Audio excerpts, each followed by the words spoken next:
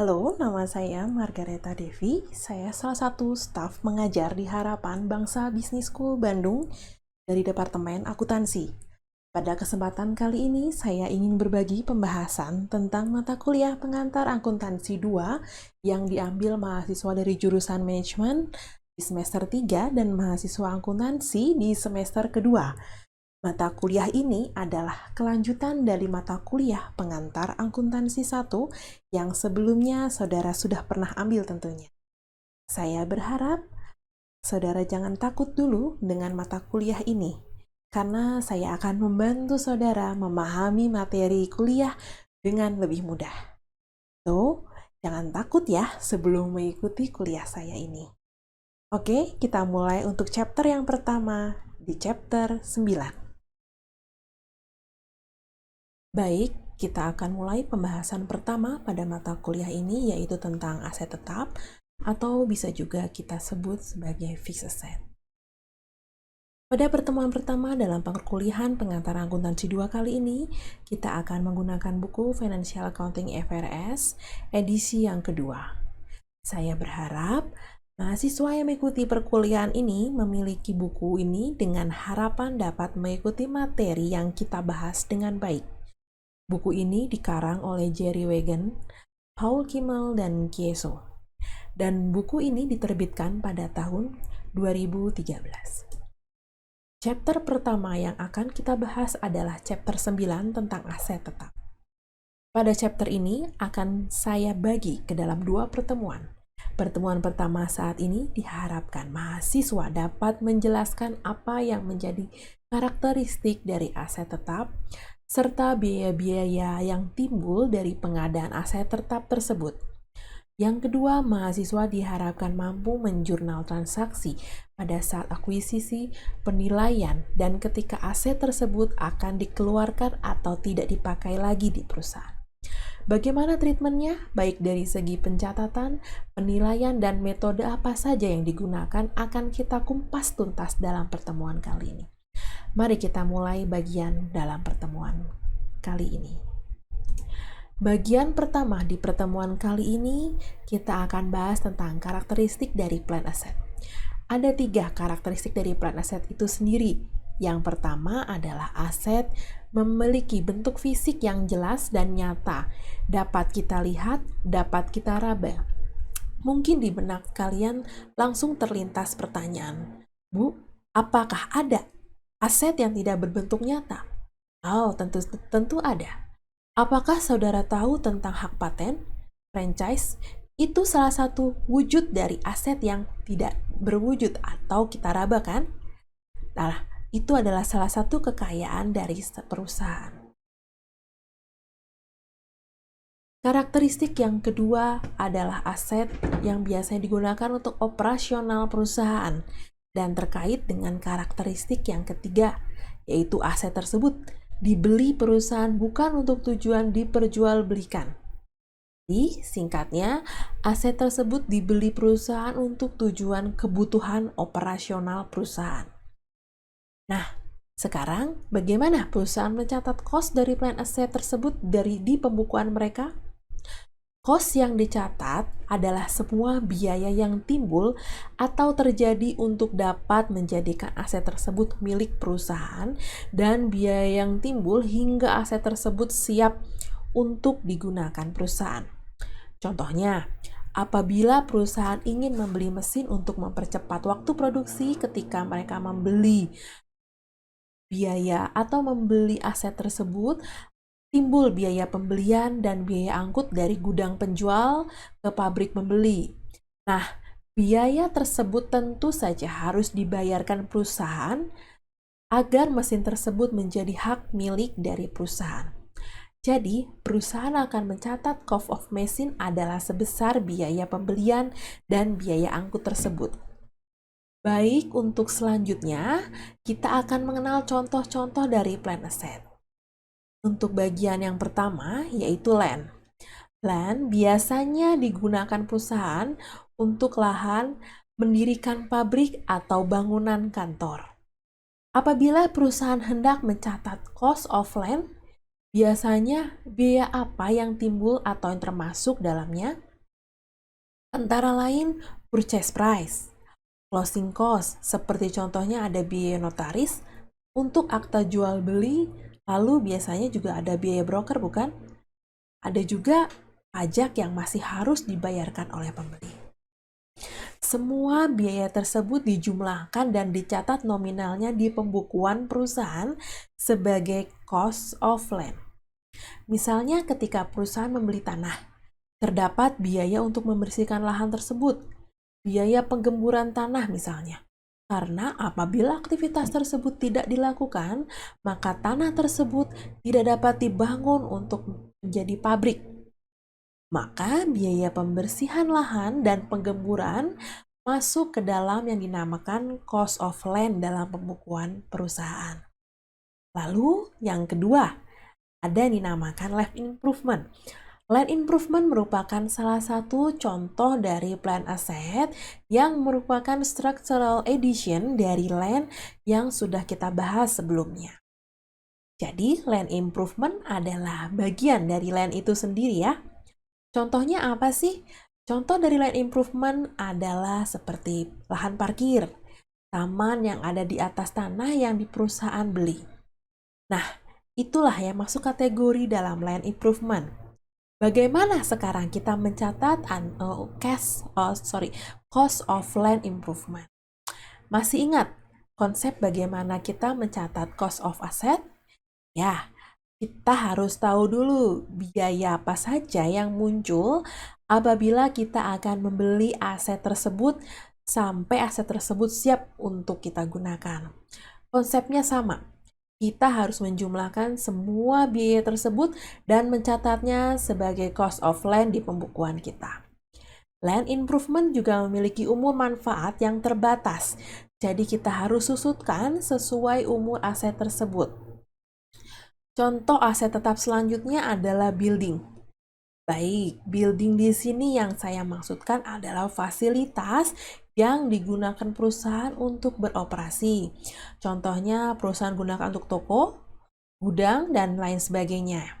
Bangunan ini perusahaan akan mendebet semua biaya yang terjadi akibat pembelian atau pendirian bangunan tersebut, baik untuk biaya konstruk ataupun cost to purchase the building. Sama halnya dengan land improvement, building tentu saja memiliki umur manfaat atau yang familiar kita sebut sebagai limited useful life. Oke.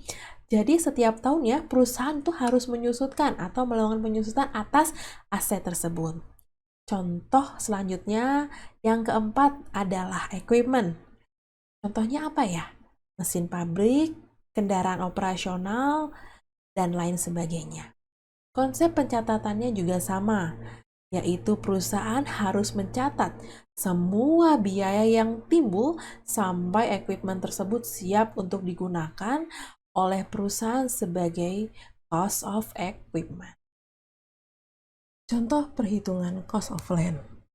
PT ABC ingin membeli sebuah lahan untuk nantinya dapat dibangun sebuah pabrik dengan harga 100 juta rupiah. Properti tersebut terdiri dari gudang lama yang harus dibongkar dan dibersihkan yang kurang lebih akan memakan biaya 5 juta rupiah. Terdapat biaya notaris sebesar 10 juta dan ada fee broker sebesar 3 juta rupiah. Sekarang Anda diminta untuk menghitung cost of land-nya. Bagaimana solusinya?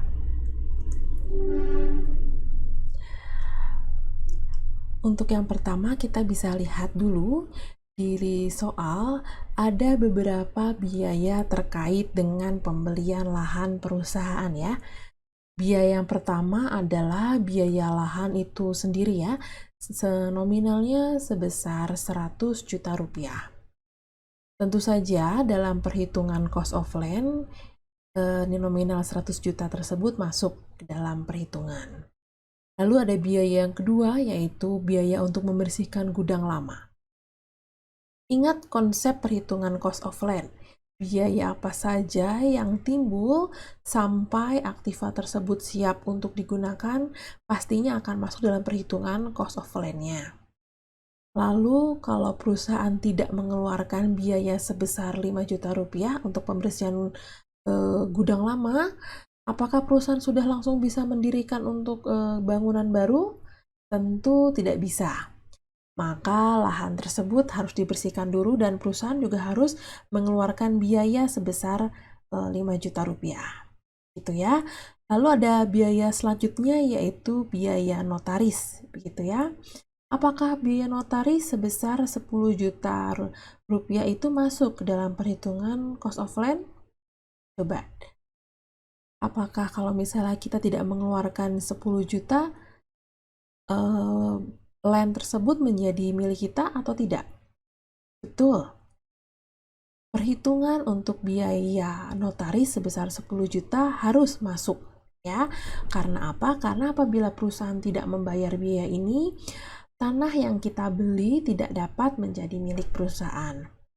Begitu pula biaya broker. Biaya broker juga masuk ke dalam perhitungan cost of land-nya ya. Maka semua biaya yang ada yang diketahui di dalam soal masuk ke dalam perhitungan untuk cost of land-nya. Bagaimana untuk jurnalnya? Perusahaan akan menjurnal debit land sebesar 118 juta dan di kredit yaitu cash sebesar 118 juta rupiah juga. Untuk soal yang kedua yaitu cost of car. Ya, PT ABC membeli sebuah mobil untuk operasional perusahaan dengan harga asumsi saja 200 juta. Terdapat pajak yang harus dibayarkan perusahaan sebesar 1 juta, lalu ada biaya untuk pengurusan STNK kendaraan sebesar 1.500.000. Biaya untuk mengurus SIM sopir sebesar 500 juta. 500.000 rupiah. Dan biaya asuransi mobil pada tahun pertama sebesar 1 juta. Anda diminta untuk menghitung cost of car-nya. Oke. Bagaimana untuk solusinya? Harga mobilnya tadi berapa? Sebesar 200 juta ya. Pertama-tama kita harus memperhatikan mana saja biaya yang memang muncul karena adanya transaksi dari pembelian mobil tersebut. Kita harus bisa memilah satu persatu. Untuk harga mobil 200 juta tentu saja akan masuk dalam perhitungan. Selanjutnya ada biaya pajak. Pajak kendaraan di sini yang dimaksud adalah pajak pembelian kendaraan. Jadi apabila perusahaan bermaksud untuk membeli mobil tersebut, perusahaan wajib untuk membayar sebesar 1 juta rupiah. Demikian pula untuk biaya STNK. Ya, jadi mobil tersebut tidak dapat perusahaan gunakan kalau tidak ada STNK-nya, benar? Oke, maka dari itu biaya pengurusan STNK termasuk dalam perhitungan cost of car itu sendiri. Nah, sekarang diketahui di soal terdapat biaya pengurusan dari surat izin mengemudi sopir ya, sebesar 500.000. Apakah kita akan masuk ke dalam perhitungan? Hati-hati dengan biaya ini. Ingat konsep perhitungan cost of plant asset adalah semua biaya yang terjadi atau timbul sampai aktiva tersebut siap untuk digunakan. Sekali lagi saya tekankan, sampai aktiva tersebut siap untuk digunakan. Nah, sekarang apabila pengurusan SIM itu tidak perusahaan bayarkan, apakah mobil tidak dapat menjadi milik perusahaan? Tidak demikian. Ya, jadi mobil masih bisa menjadi milik perusahaan meskipun tidak membayar pengurusan SIM untuk sopir tersebut. Jadi, biaya tersebut tidak masuk ke dalam cost of car-nya. Biaya terakhir adalah biaya asuransi kendaraan. Kalau sekarang, biaya asuransi bisa dikategorikan sebagai pilihan, bukan? Perusahaan diberi kebebasan untuk membeli asuransi atau tidak. Jadi bukan suatu keharusan bagi perusahaan untuk membayarnya. Jadi biaya ini juga tidak termasuk dalam perhitungan. Jadi kesimpulannya biaya yang masuk ke dalam perhitungan hanya harga mobil, biaya pajak kendaraan, dan biaya pengurusan STNK. Jadi totalnya sebesar 202.500.000 rupiah. Jurnal yang perusahaan catat dari pembelian mobil tersebut didebet sebesar 202.500 juta rupiah, lalu ada license expense sebesar 500 ribu, lalu ada prepaid insurance sebesar 1 juta rupiah. Semuanya di sisi debit ya. Karena perusahaan membayarnya tidak dengan kredit, maka perusahaan akan mencatat jurnal sebesar 204 juta rupiah. Baik, kita akan melanjutkan topiknya. Sekarang, kita sudah tahu bagaimana menghitung cost of asset. Kita pasti tahu juga kalau aset tersebut memiliki umur manfaat kecuali tanah yang tidak memiliki ya. Setiap tahunnya perusahaan menggunakan aset tersebut. Ya, pasti lama-kelamaan aset tersebut dapat usang atau tidak dapat digunakan kembali. Nah, setiap tahunnya perusahaan itu harus melakukan apa yang dinamakan penyusutan atau depresiasi. Apa itu depresiasi? Depresiasi adalah proses alokasi biaya aset tersebut ke dalam umur manfaat yang dimiliki aset. Ya, jadi aset tersebut nilainya dibagi atau dialokasikan sesuai umur manfaat yang sudah diestimasi perusahaan sebelumnya. Konsep depresiasi ini harus konsisten dengan asumsi perusahaan yang going concern. Apa maksudnya going concern? Ya, kita akan melakukan depresiasi pada sebuah perusahaan. Diharapkan perusahaan mengasumsikan usahanya akan terus berlangsung, jadi umur aktifanya juga akan kita hitung atau diestimasi sesuai dengan manfaat yang dapat diberikan si aset tersebut. Ya, sekarang kita beranjak ke faktor-faktor apa saja sih yang terkait dengan perhitungan depresiasi itu sendiri. Yang pertama adalah kita harus memiliki informasi berapa cost of asset itu sendiri sebagai dasar pengalokasian asetnya. Faktor yang kedua adalah aset, yaitu memiliki umur manfaat atau yang kita sebut sebagai useful life ya. Nantinya umur ini yang akan dialokasikan dari cost of asset yang sudah dimiliki perusahaan. Lalu ada yang terakhir, yaitu yang dinamakan residual value. Apa itu residual value? Dari kata-katanya saja kita bisa lihat adanya kata residu ya di situ. Residu memiliki arti kata sisa. Benar nggak? Ya, benar sekali. Adakah dari cost of asset tersebut, maksudnya cost of asset perusahaan, adakah nilai sisa yang tidak dapat disusutkan atau didepresiasikan? Jadi, sampai umur aktiva tersebut habis, nilai tersebut masih ada dalam pembukuan. Ya, jadi nilai tersebut kita sebut sebagai nilai residu. Ada berbagai macam metode depresiasi atau penyusutan yang akan kita pelajari. Metode straight line, metode unit effectivity, dan metode declining balance. Mari kita pelajari bersama. Untuk metode yang pertama adalah metode straight line. Metode ini adalah metode yang paling sederhana. Perusahaan akan mengalokasikan biaya yang sama di setiap tahunnya sampai umur manfaat aset tersebut habis. Kita harus paham terlebih dahulu apa yang dimaksud dengan depreciable cost. Depreciable cost adalah cost aset dikurangi dengan residual cost. Nah, apabila kita sudah mengetahui berapa depreciable cost, kita tinggal membaginya dengan umur manfaat aset tersebut. Hasil dari pengurangan tersebut akan menghasilkan angka yang kita namakan, yaitu depreciation expense atau biaya penyusutan. Angka depresiasi pada metode ini setiap tahunnya adalah sama. Begitu ya. Sekarang kita akan masuk ke tabel perhitungan depresiasinya.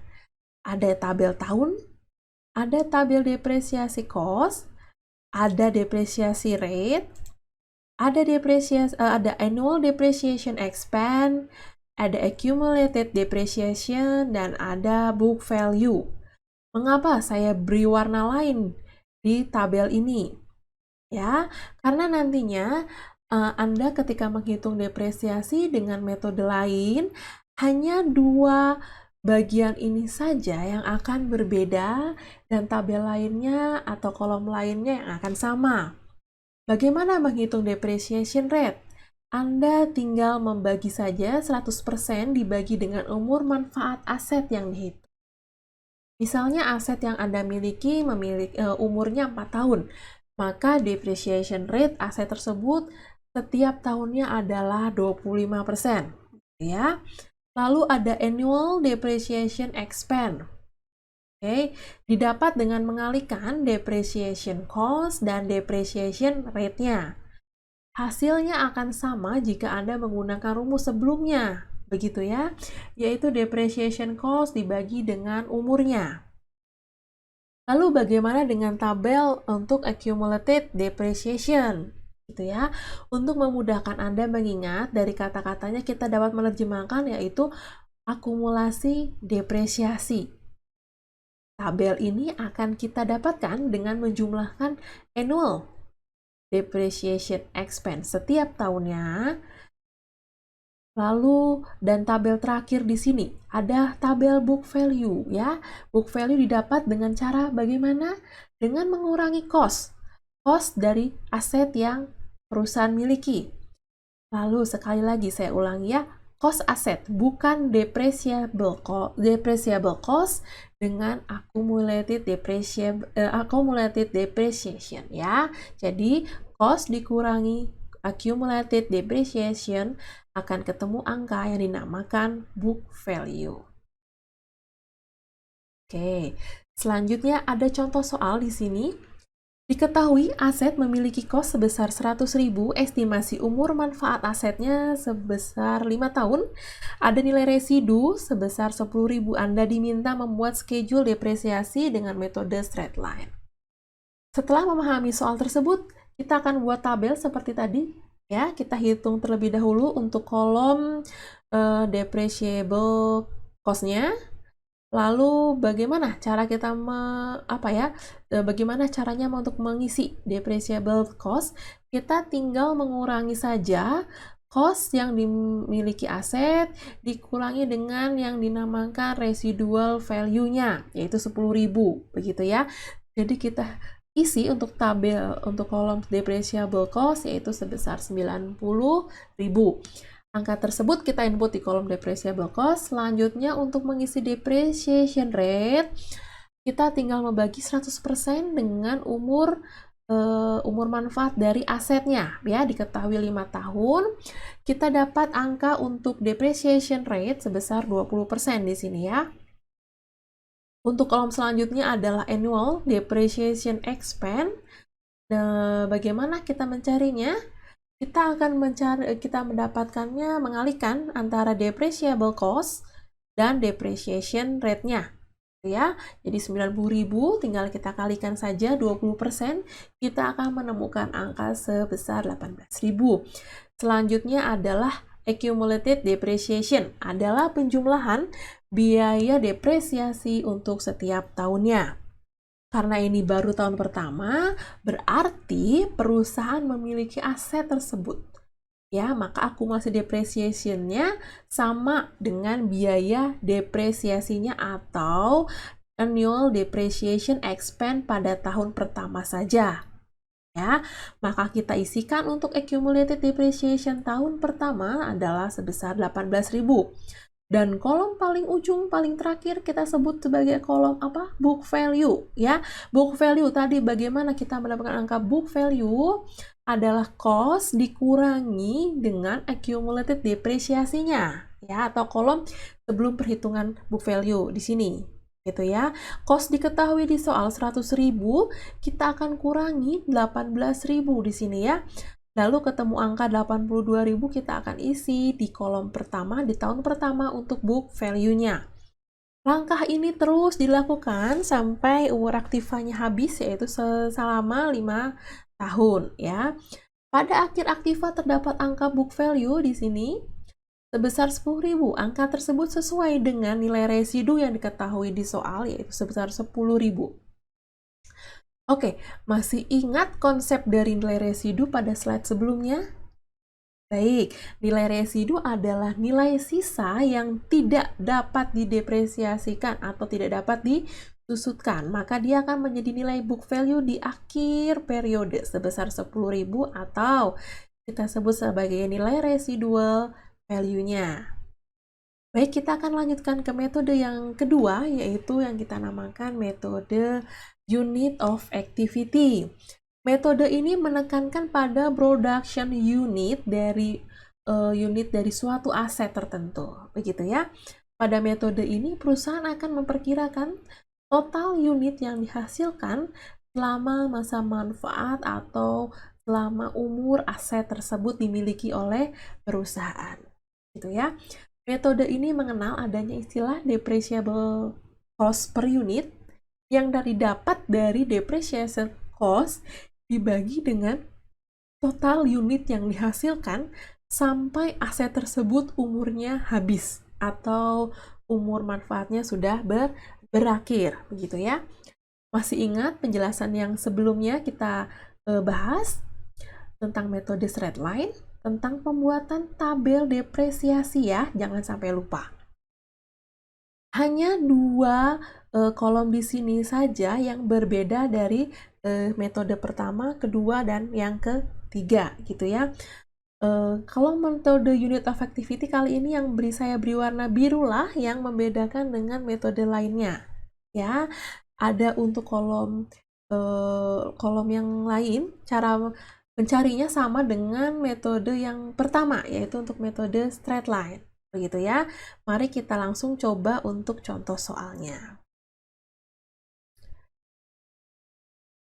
Oke, contoh soal, diketahui aset memiliki cost sebesar 100.000, estimasi umurnya masih sama dengan contoh yang pertama, yaitu sebesar 5 tahun, nilai residunya sebesar 10.000, lalu diketahui data aktivitas tahun pertama 10.000, 15.000, 13.000, 10.000, dan 12.000, lalu Anda diminta untuk membuat schedule depresiasinya dengan metode yang kedua, ya.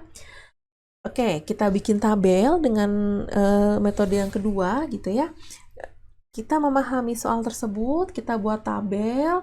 Untuk mengisi kolom unit of activity di tahun pertama, kita tinggal memindahkan informasi yang ada di soal, gitu ya. Ada 10.000, 15.000, 13.000, 10.000, dan 12.000 untuk tahun ke-5, begitu ya. Untuk kolom depreciation cost per unit, angkanya akan sama setiap tahunnya. Bagaimana untuk mencarinya? Kita tinggal bagi antara cost aset yaitu sebesar 100.000 dikurangi residual value-nya sebesar 10.000, lalu ketemu angka di sini 90.000. Ya, lalu angka ini akan kita bagi dengan total unit yang dihasilkan aset tersebut sebesar 90.000. Ya, jadi 90.000 akan dibagi 60.000, ketemu angka 1,5 untuk angka depreciation cost per unit. Untuk mengisi kolom selanjutnya sama seperti metode yang straight line, yaitu kita tinggal mengalihkan dua kolom sebelumnya, yaitu unit of activity dan dikali dengan depreciation cost per unit. Annual depreciation expense-nya ketemu angka sebesar 15.000, begitu ya. Oke, untuk tahun pertama 10.000 dikalikan 1,5 ketemu angka 15.000, begitu ya. Untuk akumulasi depreciation tahun pertama adalah total biaya depresiasi yang telah terjadi. Berarti accumulated depreciation tahun pertama sama dengan annual depreciation expense. Ya, angkanya ketemu 15.000. Book value rumusnya masih ingat dengan metode yang pertama, yaitu kita kurangi cost dikurangi accumulated depreciation-nya, begitu ya. Jadi untuk tahun pertama kita dapatkan angka 100.000 dikurangi angka 15.000, didapat book value tahun pertama sebesar 85.000. Kita ulangi begitu seterusnya sampai umur aktifanya habis atau tidak dapat dipakai kembali, ya. Jadi pada tahun kelima kita akan mencocokkan gitu ya, di akhir periode residual value-nya sebesar 10.000 sesuai dengan angka yang diketahui di soal. Ya, kita akan mencocokkan apakah schedule yang kita buat ini benar atau salah. Kita dapat melihat dari perhitungan book value di tahun yang terakhir gitu ya. Apakah sama atau tidak dengan nilai residu. Kalau misalnya sama berarti perhitungan Anda sudah benar. Apabila di soal nih misalnya tidak diketahui nilai residualnya berapa atau nilainya 0, maka angka book value di sini di akhir periode juga harusnya menghasilkan angka 0 juga. Bagaimana? Sudah paham dengan metode kedua ini? Mari kita lanjut dengan metode yang ketiga. Untuk yang metode yang ketiga adalah metode declining balance ya. Metode ini akan menghasilkan biaya depresiasi setiap tahunnya menurun sampai umur aset atau umur manfaat aset tersebut habis ya. Perusahaan menghitung biaya depresiasi per tahunnya dengan mengalihkan book value dengan angka dari si depreciation-nya begitu ya. Seperti halnya depreciation rate pada metode straight line, metode declining balance kali ini juga akan menghasilkan angka yang sama setiap tahunnya. Sama seperti dua metode sebelumnya, hanya kolom kedua dan kolom ketiga saja yang berbeda, begitu ya. Pada kolom book value, beginning of the year, kita akan isi dari book value aset pada tahun tersebut. Kolom depreciation rate akan kita isi dengan menghitung 100% dibagi dengan estimasi umur aset, lalu kita akan kalikan 2. Misalnya, diketahui umur asetnya itu sebesar 4 tahun, maka kita akan bagi 100% dibagi 4, lalu nantinya akan kita kali 2. Maka depreciation rate-nya akan diisi sebesar 50%. Angka ini akan sama setiap tahunnya untuk selanjutnya ya. Untuk selanjutnya juga akan kita mengisi kolom ketiga, keempat, dan kelima akan sama seperti pengisian tabel 2 metode sebelumnya. Apabila sudah jelas, mari kita lanjutkan ke contoh soal selanjutnya. Oke, diketahui aset memiliki cost-nya sebesar 100.000, estimasi umurnya 5 tahun, dan memiliki residual value-nya sebesar 10.000. Anda diminta membuat schedule dengan menggunakan declining balance ya. Setelah memahami soalnya, kita buat tabel seperti tadi. Oke, tabel book value beginning of year kita isi angka sama dengan cost aset tersebut ya. Ingat, sama dengan cost aset tersebut. Karena apa? Pada tahun awal kita belum ada biaya depresiasi. Jadi book value kita tulis sama dengan cost-nya ya. Selanjutnya untuk depreciation rate kita menghitung dengan membagi 100% dengan estimasi umur aset ya. Yaitu 100% dibagi 5 lalu kita akan kalikan 2. Kita akan dapat angka 40% di sini. Selanjutnya untuk kolom annual depreciation expand, kita tinggal mengalihkan saja 2 kolom sebelumnya seperti tadi ya. Oke, kolom pertama ketemu angka 100.000, lalu kolom kedua sebesar 40%. Oke, pada tahun pertama annual depreciation expand menghasilkan angka 40.000 ya. Untuk accumulated depreciation sama dengan konsep metode sebelumnya. Tahun pertama akumulasinya sama dengan yang terjadi, yaitu sebesar 40.000 rupiah, begitu ya. Lalu untuk book value kita kurangi saja cost-nya, 100.000 dikurangin 40.000 ketemu angka 60.000 ya. Lalu selanjutnya untuk tahun kedua. Yang berbeda adalah book value tahun kedua sebesar 60.000 didapat dari book value akhir di tahun yang pertama ya. Selanjutnya konsep perhitungan akan sama dengan langkah sebelumnya. Begitu selanjutnya hingga umur aset tersebut habis ya. Karena kita diketahui di soal umurnya sampai 5 tahun, berarti kita bikin schedule-nya juga sampai dengan 5 tahun ya. Untuk tahun terakhir, kita akan melakukan pembulatan angka di biaya depresiasinya. Ini ya, sebesar 2.960 agar pada book value akhirnya angkanya akan sama dengan residual value-nya. Ya, demikian untuk penjelasan beberapa metode depresiasi plan asset. Silakan saudara pahami terlebih dahulu.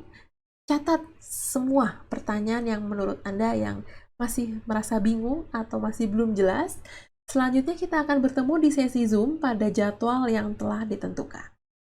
Oke, baik. Terima kasih atas waktunya. Selamat belajar. Kita akan ketemu lagi di kelas Zoom. Terima kasih.